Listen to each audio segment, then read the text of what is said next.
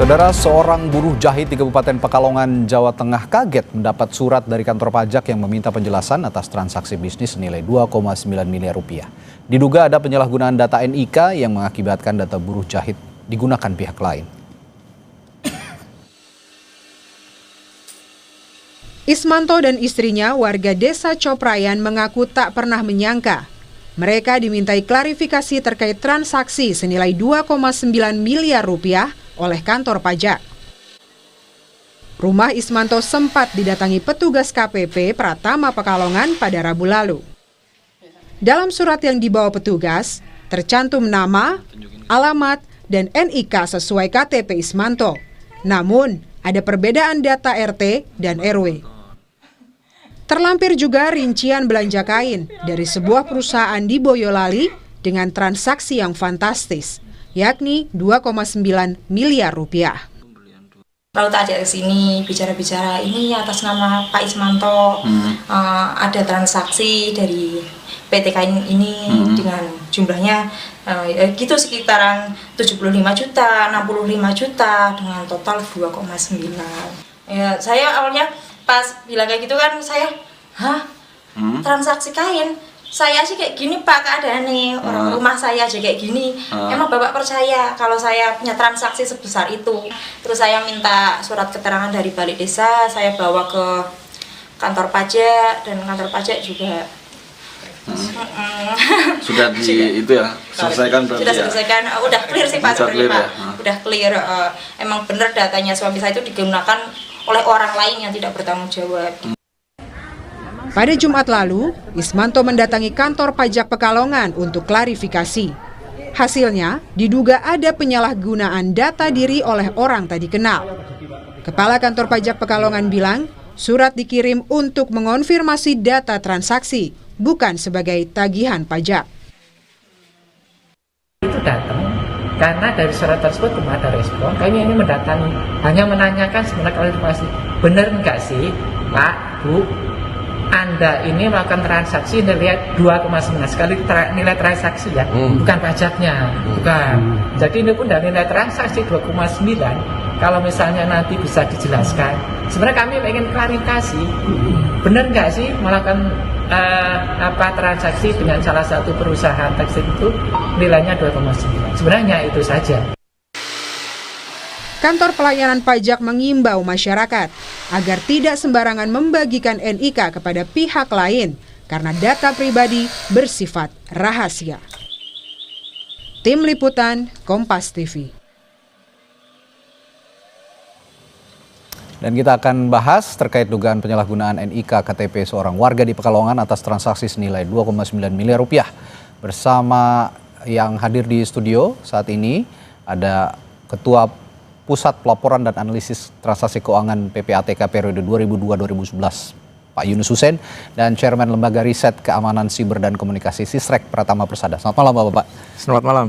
Ya, saya ke Pak Yunus dulu. Pak Yunus, berdasarkan pengalaman Anda, bagaimana pola penyalahgunaan NIK dalam transaksi keuangan seperti yang terjadi juga di Pekalongan ini? Biasanya bagaimana polanya? Kalau lihat ketentuan undang-undang ya, kalau orang buka rekening ya atas nama sendiri atau atas nama orang lain ya, sebagai beneficial owner misalnya, dia harus disclose semuanya. Itu diatur di pasal 19, 20 Undang-Undang TPPU. Ya. Jadi kalau tidak di-disclose ya nggak sesuai dengan ketentuan yang namanya ketentuan customer due diligence ya. Due diligence ya. Nah, saya pernah ya untuk masalah ini saya pernah ngecek juga ke KPP di tempat saya di Pondok Gede. Ternyata menurut pengalaman kawan-kawan Fiskus, banyak para majikan, para pengepul, para bos-bos itu menggunakan transaksi menggunakan nik pegawainya. Bisa supirnya, bisa mungkin tukang kebunnya atau pesuruhnya. Dipakai niknya, dia kan tahu nik pegawainya.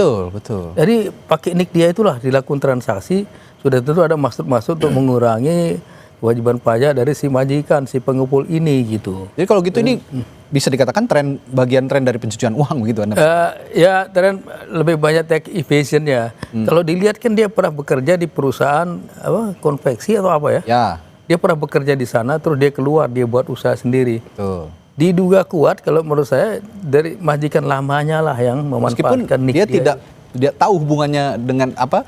Dengan peristiwa ini dengan pernahnya dia bekerja di perusahaan konveksi itu. Kalau di barang yang dibeli sama lihat kerjaan dia sekarang itu sama. Dan kalau yang bisa tahu Nick itu kan biasa anak buah staf kita, pegawai kita tahu lah identitas dia. Di situ ada Nick. KTP kita kan udah nyebar kemana-mana. Itulah yang kita ikut undian pun KTP diminta. Kita beli tiket diminta. Kita beli apa diminta. Udah ada Nick di situ. Gampang disalahgunakan. Nah, bagaimana proteksinya dan dari mana kebocoran pertama kali kita ya perlu diteliti. Ya. Nah, sekarang bicara proteksi gitu ya. Sekarang bicara proteksi kalau gitu Mas Pratama. Perspektif keamanan siber nih kalau begitu. Apa kemungkinan penyebab bocornya NIK seperti dalam kasus buruh jahit kalau yang sudah diungkapkan Pak Yunus kan begitu. Kalau dari perspektif jadi begini, kalau kita lihat hampir nggak ada data masyarakat Indonesia yang selamat. Jadi semuanya udah bocor sebocor-bocornya dari mulai BPJS Kesehatan ada 279 juta data, ada Dukcapil 357 juta data, kemudian dari kemarin KPU, kemudian dari Indihome ada 1,3 miliar data SIM card yang bocor. Ada Cortex lagi yang baru nih. Ini terlalu banyak kebocoran data ini. Sehingga untuk dapatkan KTP itu sangat gampang sekali Mas Radi. Kita tinggal search di Google aja gitu. Apa namanya NIK gitu atau EKTP gitu. Muncul itu semuanya itu gitu. Dan itu bisa dengan gampang dimanfaatkan oleh orang tidak bertanggung jawab. Nah, dalam hal ini artinya apa? KTP-nya si Pak penjahit ini ternyata dimanfaatkan oleh orang tidak bertanggung jawab. Saya nggak tahu apakah itu digunakan untuk membuat rekening sehingga bisa transaksi atau hanya digunakan untuk transfer manual. Kalau dipakai untuk rekening, untuk transaksi, artinya ketika pembuatan rekening itu, bank ini juga ikut berperan ini. Kenapa bank ikut berperan? Karena dia tidak melakukan verifikasi yang cukup ketika membuat satu rekening. Harusnya bank itu, setiap bank besar itu, dia punya jalur ke namanya Dukcapil, ada API. Application Programmable Interface, yang itu KTP itu bisa di-tap sehingga ketahuan KTP itu asli apa enggak. Kemudian kelihatan namanya bener apa enggak, mukanya bener apa enggak gitu. Sehingga ketika akan dibuatkan nomor rekening, harusnya yang bikin itu adalah orang yang benarnya itu. Artinya kalau ternyata ada orang lain yang bisa membuka rekening ini, banknya ikut bermasalah ini, ya kan? Kemudian masalah transaksi. Nah, transaksi ini kan sebenarnya gampang untuk dideteksi. Ya kan? Karena apa? Karena historinya ada, bank itu ada. Bahkan kalaupun antar bank, PPATK itu bisa tahu sebenarnya transaksi itu kemana, oleh siapa dan lain-lain begitu. Jadi sebenarnya tidak susah mengungkap kasus ini. Siapa sebenarnya yang transaksi, siapa penerimanya? Ini kan kita belum tahu nih penerimanya siapa gitu. Kemudian siapa beneficiary account-nya, yang menerima manfaatnya itu siapa gitu. Dan Mas Radi, ini ketika memanfaatkan data EKTP orang lain, memanfaatkan data pribadi orang lain, udah jelas-jelas dia melakukan pelanggaran Undang-Undang Nomor 27 Tahun 2022 tentang pelindungan data pribadi. Ancaman hukumannya nggak main-main loh, 6 tahun penjara, denda sampai 6 miliar. Tapi percuma kalau ancaman hukumannya tidak main-main sampai dendanya miliaran rupiah. Tapi mendeteksinya sulit sekali. Pelakunya siapa? Ini yang jadi pertanyaan. Bagaimana menjerat para pelaku pencatutan data pribadi ini? Saya tanyakan juga nih sudah bergabung juga bersama kita ada anggota Komisi 2 DPR RI dari fraksi Partai Golkar, Bang Ahmad Doli Kurnia. Selamat malam, Bung Doli.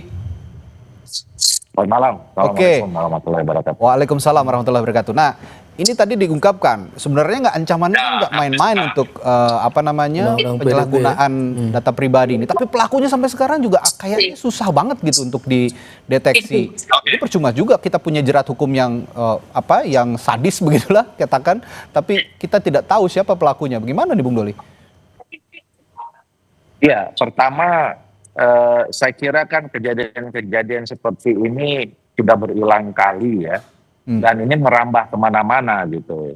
Dari kasus yang sederhana misalnya kami kalau di Komisi 2 yang melihat pertama kalau ada kejadian misalnya soal bencana alam ya.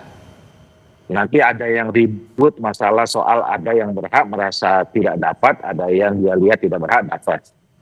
Nah yang kedua misalnya soal menjelang setiap kali pemilu. Apakah pemilu nasional atau pilkada. Ini berkaitan dengan soal DPT dan segala macam. Jadi ada problem database sebetulnya. Ya. Nah kami dulu beberapa kali menyampaikan sebetulnya Indonesia ini harus punya institusi atau siapa yang memang khusus menangani database yang itu terintegrasi, punya sistem yang baik dan terintegrasi. Nah kalau sekarang ini kan database kita ini masing-masing dimiliki oleh setiap instansi atau kementerian dan punya ekosektor masing-masing gitu. Nah beda-beda gitu. Nah jadi kalau misalnya ada kejadian seperti ini kita susah mendeteksinya gitu. Satu. Yang kedua problem law enforcement. Ya kita sih memang banyak sekali aturan. Bahkan ada aturan yang kemudian dibuatkan oleh sanksinya dan seterusnya itu. Tapi lagi-lagi kan ya undang-undang tinggal undang-undang, peraturan tinggal peraturan gitu. Nah penyebabnya kenapa? Yang ketiga penyebabnya ini adalah ya karena memang tadi database-nya kurang lengkap, kesadaran kita untuk law enforcement rendah gitu ya. Jadi ada pihak-pihak ya yang mengambil kesempatan, mengambil keuntungan dalam kesempatan kelemahan-kelemahan itu, dan itu bisa beragam, bukan hanya di pihak katakanlah pihak swasta gitu ya, juga mungkin dari pihak bagian dari oknum-oknum yang ada di pemerintahan yang punya otoritas berkaitan dengan itu. Ya tadi misalnya contoh soal bank, ya kan, terus kemudian mungkin ada instansi yang mengurusi data-data dan seterusnya. Jadi ini tiga level yang minimal menurut saya jadi problem. Kalau ini tidak diselesaikan, ya kasus-kasus kayak begini ini akan tetap muncul dan terus berkembang kemana-mana modusnya gitu. Ya, dalam konteks Anda juga sebagai pembuat undang-undang di DPR nih Bung Doli. Tadi Anda mengatakan undang-undang tinggal undang-undang. Berarti ini boleh dikatakan undang-undang perlindungan data pribadi yang sekarang itu tidak juga cukup kuat untuk melindungi publik atau melindungi data pribadi publik. Undang-undang yang sudah diberlakukan banyak yang menyaksikannya juga. Apakah itu perlu direvisi juga ke depannya kalau menurut Bung Doli? Nah, ya belum tentu, masalahnya belum tentu undang-undang atau peraturannya yang kurang lengkap atau yang belum bisa mengcover semua problem. Tapi tadi lagi undang-undang sebagus apapun kalau kita tidak punya kesadaran untuk menegakkan, menjalankan atau komited terhadap pelaksanaan undang-undang itu, ya percuma aja undang-undangnya ya. Apapun undang-undang itu, gitu. Ya kan? Baik. Boleh nambahin nggak saya? Ya silakan. Jadi sebenarnya nggak ada yang salah dengan undang-undang PDP. Karena undang-undang PDP itu disahkan tanggal 27 Oktober 2022. Harusnya 27 Oktober 2024 ada masa rotasi 2 tahun untuk implementasinya.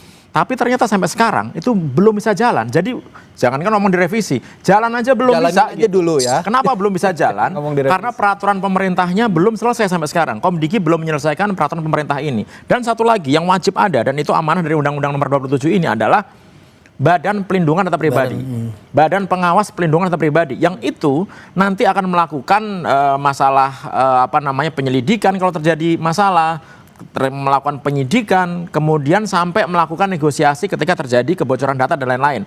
Lembaga ini yang nanti akan melindungi masyarakat. Jadi Bapak penjahit tadi, kemudian ada kemarin ada 400 orang yang tiba-tiba dia ngeklik APK undangan, duitnya hilang semuanya gara-gara orang memanfaatkan data pribadinya dia. Itu ada tempat lapornya. Kalau sekarang nggak ada, nggak ada.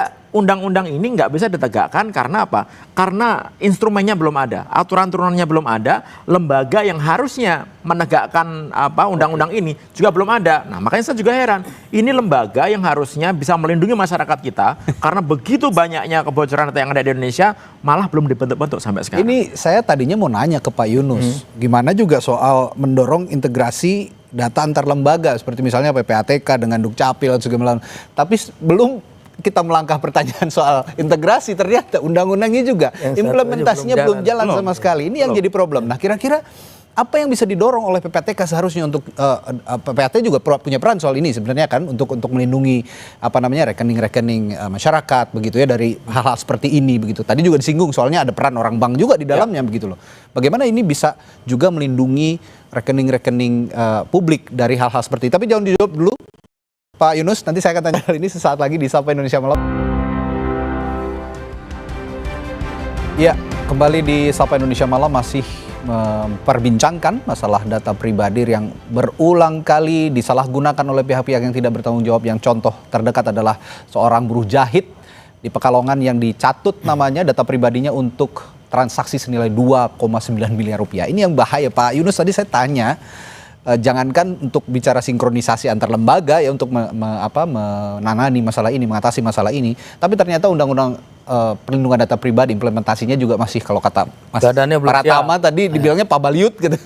Kalau kata orang Sunda tadi di break kita bincang-bincang ngomongnya masih pabaliut. Nah, peran PPATK seharusnya di kasus ini misalnya untuk perlindungan data pribadi khususnya untuk misalnya membuka rekening atau melindungi rekening publik agar tidak disalahgunakan oleh orang-orang tidak bertanggung jawab. Bagaimana seharusnya, Pak?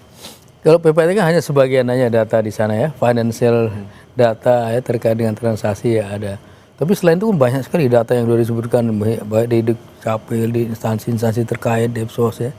Dulu pernah ada peraturan mengenai One Data, termasuk One Map juga, di mana diharapkan katakanlah ada satu kesatuan, tapi tidak harus di satu tempat data itu sehingga bisa saling sharing ya, bisa dimanfaatkan.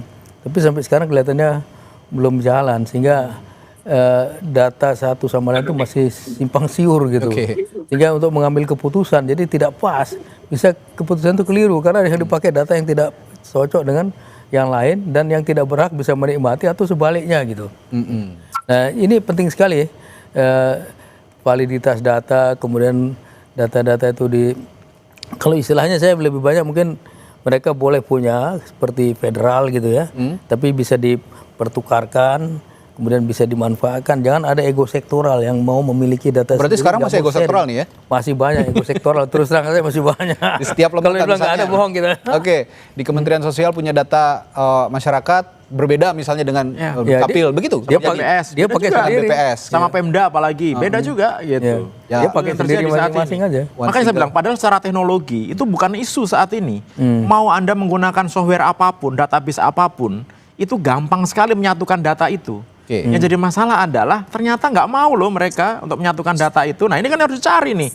Kenapa kok nggak mau gitu? Ya kan kita udah punya data Dukcapil nih. Sudah lengkap nih data masyarakat kita ya kan. Kan tinggal nanti di klaster-klaster. Data yang masyarakat miskin berapa, yang ini berapa, ini mana, data Pemda seperti apa. Ini kan bisa disinkronkan. Berarti sinkron dipertukarkan juga. Kita ini punya perpres satu data Indonesia gitu, yang harusnya bisa dijalanin. Oke, one single identity ini masih mimpi katanya, masih mimpi. Dan permasalahan ego sektoral, saya akan tanyakan juga ke Bung Doli. Bung Doli masih bersama kami ya, Bung Doli. Kalau masalah ego sektoral ini masih saja berkutat di hal yang sama untuk menghambat, ya, termasuk implementasi Undang-Undang Perlindungan Data Pribadi, apa yang bisa didorong oleh Komisi 2 DPR?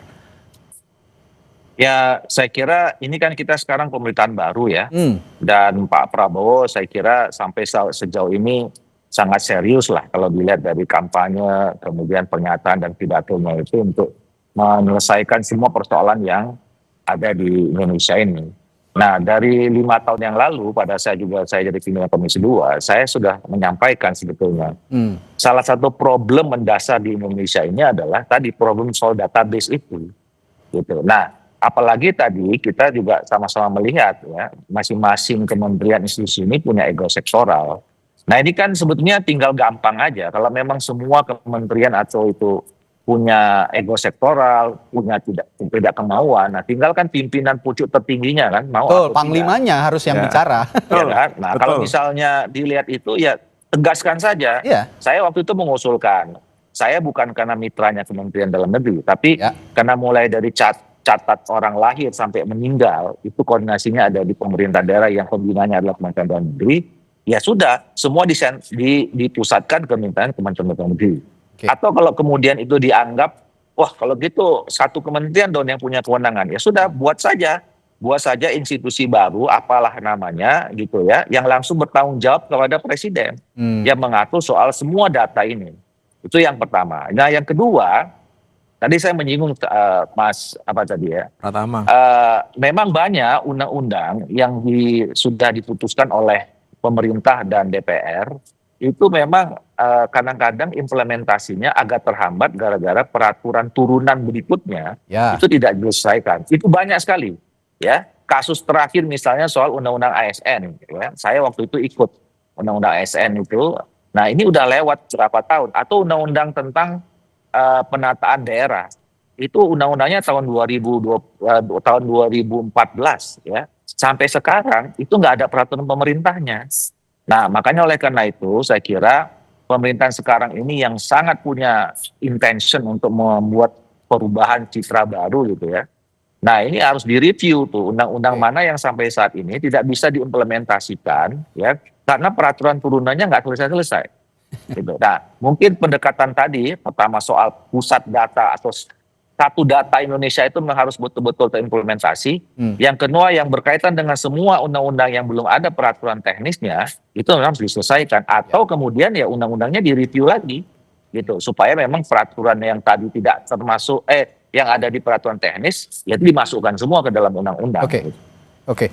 Saya kembali ke Pak Yunus nih. Saya wondering gitu ya Pak, berandai-andai itu. Tapi kalau kita mau memanfaatkan teknologi, misalnya untuk mendeteksi penyalahgunaan NIK ini atau penyalahgunaan NIK ini, kira-kira PPATK bisa nggak melihat perkembangan teknologi seperti misalnya blockchain atau AI dalam mencegah penyalahgunaan NIK ini untuk transaksi ilegal? PPATK kan bekerja dengan menggunakan aplikasi juga ya. Dulu sekarang namanya GoAML yang dibuat oleh UNODC. Ya. Sebelumnya namanya Visual Link ya. Ya sudah tentu itu ada analis-analis yang dilatih menggunakan aplikasi itu dan perkembangan katakanlah tadi blockchain yang udah begitu banyak dipakai ya dan lain-lain seharusnya dia mengerti dan mengikuti dan tahu bagaimana cara kerjanya itu. Dan secara periodik memang para analis itu mengikuti training mengenai tipologi atau modus-modus cuci uang termasuk yang menggunakan teknologi mutakhir termasuk misalnya melarikan ke dalam virtual aset atau Bitcoin dan sebagainya itu udah harus diketahui gitu. Makanya secara periodik mereka tetap di-update ikut training di luar. Ya lembaga-lembaga karena di luar. Gini juga Mas Pratama, tadi kan kita bicara soal aturan gitu ya. Ini kan kita paralel aja gitu loh. Aturan masih digodok terus, oke lah masih agak rumit implementasinya, tapi ya kita juga harus punya antisipasi kan. Nah, dengan pemanfaatan teknologi tadi, kira-kira bisa untuk mendeteksi lah setidaknya untuk gampang banget lah. Nah, itu. Ini ya untuk deteksi, terutama deteksi transaksi keuangan ya. Itu gampang sekali Mas gitu. Kenapa saya gampang sekali? Masing-masing bank itu punya sistem fraud detection system. Ya kan? Mereka udah tahu nih anomali-anomali ketika terjadi misalkan keanehan. Ini biasanya patternnya dia tiap bulan cuma 2 juta tiba-tiba transaksi 1 miliar gitu. Dia bisa ngecek tuh, bisa tahu tuh, dimonitor bener nggak sekali, 2 kali, 3 kali ternyata digunakan, itu bisa ketahuan sebenarnya. Dari profil nasabah. Tapi ternyata itu nggak dimanfaat dengan baik. Contohnya, ya masa iya gara-gara mau nyari 1-2 rekening bandar judi, semua rekening orang Indonesia diblokir yang dorman. Ya, itu kan sebenarnya. Ini kan namanya nggak memanfaatkan teknologi dengan benar. Yang tadi Pak Doli sampaikan juga, itu data di semua kementerian itu pasti menggunakan sistem. Ada aplikasinya, ada softwarenya, ada tipe database-nya. Itu gampang sekali untuk disatukan, diintegrasikan gitu. Sehingga nanti ketahuan mana nih data-data yang salah nih, mana data yang nggak bener nih gitu. Sehingga se-Indonesia ini pakai satu data aja. Jadi kalau misalkan mau ngasih sumbangan bantuan sosial ke Bogor, bantuan sosial ke Cianjur atau ke Malang dan lain-lain, itu semuanya udah sinkron datanya. Bukan nanti orang dokter terima bansos, pejabat terima bansos dan lain-lain. Nah itu nggak akan bisa terjadi kalau tidak ada willingness para pemimpin institusi itu untuk mau eager berkolaborasi dan lain-lain. Sebentar, Mas Pratama. Tadi Anda menyebutkan juga ada andil pihak bank juga yang kadang-kadang nakal begitu dalam kasus-kasus seperti ini gitu. Ini apakah perlu, kan bank juga di bawah pengawasan OJK nih ya? OJK ya? Di bawah pengawasan OJK ya, kita clearkan dulu, bank itu di bawah pengawasan OJK ya. Untuk bank-bank yang nakal seperti ini, OJK juga harusnya punya andil dong buat setidaknya mengawasi untuk adanya penyalahgunaan seperti itu. Iya, cuma OJK itu dia kan hanya bisa menerima laporan. Tidak bisa secara langsung, secara real time tahu transaksi yang dilakukan oleh perbankan. Tapi mengaudit bisa dia. Tapi dia melakukan audit, bank itu melaporkan biasanya. Makanya kemarin itu ketika pajak itu punya data, loh ini kok ada penjahit transaksi segini gitu. Mungkin pertamanya nggak tahu itu penjahit atau tidak ya. Cuma ada transaksi segini kok belum dibayar pajaknya gitu. Gitu didatengin kan, ternyata penjahit gitu kan. Nah ini kan pajak ini kan dia bisa dapetin data nih. Dapat data dari mana dia? Itu kan bisa diusut. Dia nggak mungkin dapat data tiba-tiba ngambil data siapa kemudian tahu itu ada tunggakan pajak ya kan. Nah ini kan juga sebenarnya bisa diusut. Mas, selama menggunakan digital itu kita bisa melakukan tracing. Ya. Makanya saya bilang, uang judi online itu gampang untuk di tracingnya. Siapa penerimanya, level berapa, level ke-7, 8, dalam negeri, luar negeri, itu pasti bisa kedeteksi. Tapi tadi pertanyaan Mas Radi, masalah blockchain. Ini urusan yang agak berbeda. Kenapa? Karena blockchain itu menggunakan teknologi yang distributed sistem gitu. Jadi nggak ada servernya. Dan begitu masuk semuanya encrypted. Orangnya nggak ketahuan siapa, kemudian ditransfernya kemana, ke negara mana, nggak ada. Yang tahu kita hanya punya kode dompet digitalnya ada, dompet kriptonya saja gitu. Nah, ini memang membutuhkan teknik beda lagi. Ada sistem yang beda lagi yang digunakan untuk melakukan monitoring transaksi blockchain. Tapi ini sudah ada sebenarnya. Tadi Pak Yunus mengatakan kalau PPATK memang sudah berkembang gitu, seharusnya mereka punya sistem yang bisa digunakan untuk melakukan monitoring ini.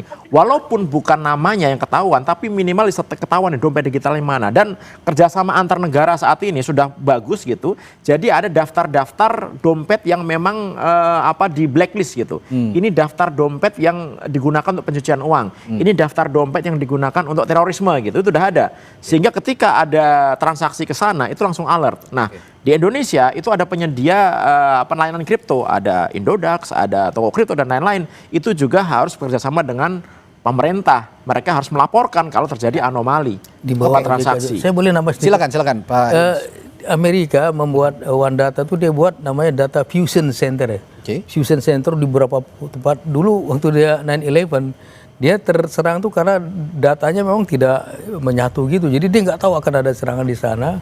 Sekarang dia buat Data Fusion Center. Fusion tuh digabungkan di beberapa tempat sehingga mereka ada center dan mereka bertukar data dan bisa mengambil decision making sesuai dengan data yang dimiliki oleh semua lembaga itu. Dulu lebih dari 10 dia buat. Kita ditawarkan waktu itu. Ini bisa jadi contoh solusi ya Pak ya? Kalau contoh solusi, Data Fusion Center tuh salah satu cara untuk mencegah. Nah, ini kita sudah ada berbagai contoh solusi dari Mas Pratama, dari Pak Yunus.